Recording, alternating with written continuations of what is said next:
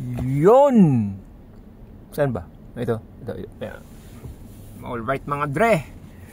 Good morning dito sa Saudi Arabia. Yung mga dre, sa mga inspiring na magfa-family driver dito sa Riyadh, good luck, God bless, and kaya nyo yan.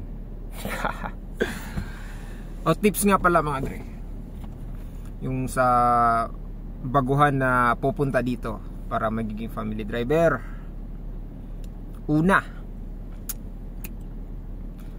on the spot na pagdating nyo sa employer nyo, pag pinag-drive na kayo agad-agaran, huwag kayo yung feeling na oo, magmamaniho ka kaagad. Oo, driver ka na sa Pinas, pero galing ka ng Pinas, first timer ka na pupunta dito, di ba? Syempre hindi mo alam kung asan yung may mga speed limit na 60, 80 and 120, 140. Tapos meron na akong tinatawag na bubuwit. Yung bubuwit na yan ay maliit lang yan siya na box na speed camera na pag hindi mo pa kabisado yung mga daan dito sa Riyadh o sa ang sulok ng Saudi Arabia, hindi mo mapapansin yan. Lalong lalo na pag gabi mga dre. Pag napitik kang ganun, instant celebrity. At depende pa ang penalty mo sa speed limit mo.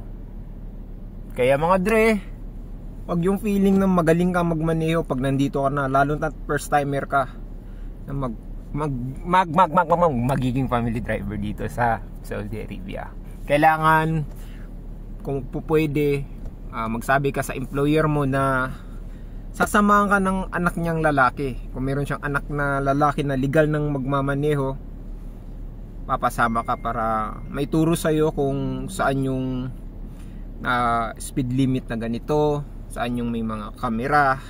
Ayan mga dre, wag yung basta-bastang pag sinabing yala, I will go, sabi ng employer, then yes madam, yes baba, we go. Wag ganun, dahil na-experience ko yan mga dre. At ayun, penalty agad. Pero hindi overspeeding. Sa exit yun mga dre. Meron kasing exit dito na may camera na may poste na may camera sa taas, at merong mga bakal na bilog-bilog sa ilalim nun. Pag natapakan ng unit nyo o ng sasakyan nyo yun, matik yun, instant penalty agad. Yun mga dre. So bye bye.